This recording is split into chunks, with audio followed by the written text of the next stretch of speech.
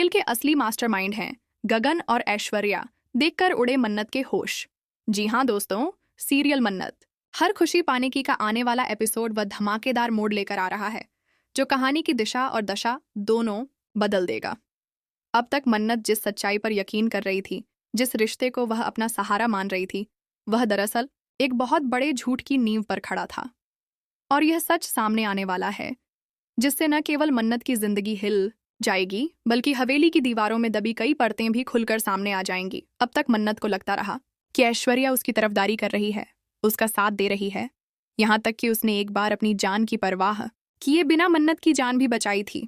उस पल मन्नत को लगा था कि भले ही ऐश्वर्या उसे अपनी बेटी न मानती हो, लेकिन उसके दिल में कहीं ना कहीं मन्नत के लिए प्यार बाकी है।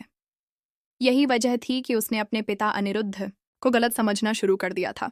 उसे लगता था कि अनिरुद्ध ही उसकी खुशियों के आड़े आ रहे हैं, लेकिन यह तो बस कहानी का एक चेहरा था। असली खेल तो अब शुरू होगा, क्योंकि मन्नत को धीरे धीरे शक होने लगा है कि ऐश्वर्या राय सिंह के इरादे कुछ और ही हैं। कुछ तो गड़बड़ जरूर है, जो दिख रही है और जो नहीं दिख रही, दोनों ही खतरनाक हैं।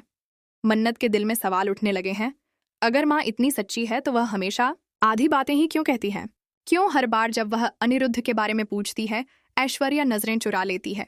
और गगन, वह हर वक्त ऐश्वर्या के आसपास क्यों मंडराता रहता है? एक रात हवेली के सुनसान हिस्से में मन्नत को कुछ आवाजें सुनाई देती हैं। वह धीरे धीरे उन आवाजों का पीछा करती है।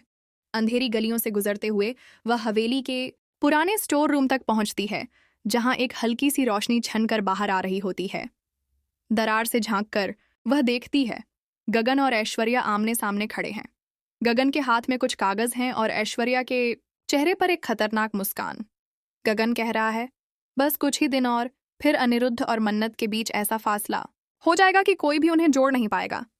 ऐश्वर्या हल्की हंसी के साथ जवाब देती है, और उसके बाद ये पूरी हवेली, सारी दौलत, सब कुछ सिर्फ हमारा होगा। मन्नत के कानों में यह शब्द हथौड़े की तरह गिरते हैं। उसका दिल जोर जोर से धड़कने लगता है, लेकिन वह खुद को संभालती है। वह समझ जाती है कि जिसे वह अब तक अपना सहारा मान रही थी, वही उसकी सबसे बड़ी दुश्मन है। अगले दिन हवेली में एक फैमिली डिनर रखा जाता है। सब लोग हंसी मजाक में व्यस्त हैं, लेकिन मन्नत की नजरें सिर्फ ऐश्वर्या और गगन पर टिकी हैं। हर बार जब उनकी आंखें मिलती हैं, मन्नत को उनके चेहरे पर हल्की सी घबराहट साफ दिखती है। अनिरुद्ध भी वहां मौजूद है, लेकिन वह चुप है। उसकी आंखों में यह भरोसा है कि उसकी बेटी अब सच्चाई के करीब पहुंच रही है। डिनर के दौरान मन्नत अचानक एक सवाल पूछती है, माँ, आप गगन को कब से जानती हैं? टेबल पर सन्नाटा छा जाता है।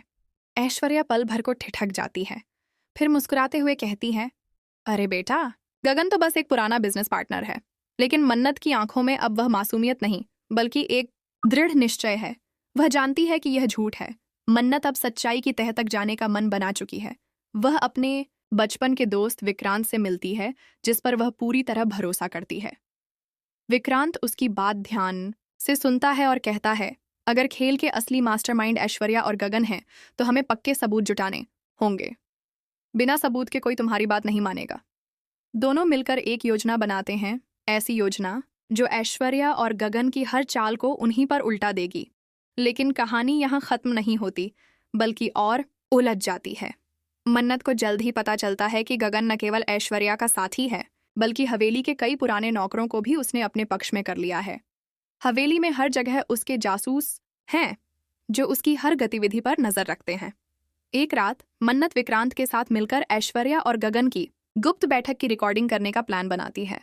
वह छुपकर कैमरा लगाती है, लेकिन जैसे ही ऐश्वर्या कमरे में आती है, उसकी नज़र सीधे कैमरे पर पड़ती है। वह हल्की मुस्कान देती है और कैमरे की ओर देखते हुए कहती है, अगर मुझे लगता कि तुम इतनी चालाक हो मन्नत, तो मैं तुम्हें इतना आसान मौका कभी न देती। ये सुनते ही मन्नत समझ जाती है कि ऐश्वर्या को उसके प्लान की पहले से ही खबर थी। इसके बाद हवेली में एक के बाद एक घटनाएं घटने लगती हैं। मन्नत के कमरे में रखे कागजात गायब हो जाते हैं। विक्रांत को एक अज्ञात कॉल पर धमकी मिलती है कि अगर वह मन्नत का साथ नहीं छोड़ेगा तो उसके परिवार को नुकसान पहुंचेगा। आखिरकार एक दिन हवेली के आंगन में सबके सामने ऐश्वर्या का असली चेहरा सामने आ ही जाता है। मन्नत के हाथ में वह रिकॉर्डिंग होती है, जिसमें ऐश्वर्या और गगन की सारी साजिशें दर्ज होती हैं। लेकिन जैसे ही वह रिकॉर्डिंग चलाने वाली होती है, अचानक बिजली चली जाती है। अंधेरे में चीखें सुनाई देती हैं और जब लाइट आती है तो मन्नत का रिकॉर्डिंग डिवाइस टूट चुका होता है। सब लोग हैरान हैं, लेकिन ऐश्वर्या के चेहरे पर एक संतोषजनक मुस्कान है, जैसे उसने एक बार फिर जीत हासिल कर ली हो। मन्नत गुस्से से उसकी ओर देखती है और कहती है, ये खेल अब खत्म होगा माँ, चाहे तुम्हें हार मानने में साल लग जाए, लेकिन मैं यह जंग जीत कर रहूंगी। कहानी अब उस मोड़ पर है जहां हर कदम खतरनाक है, हर चेहरा शक के घेरे में है और हर पल नया ट्विस्ट ला सकता है।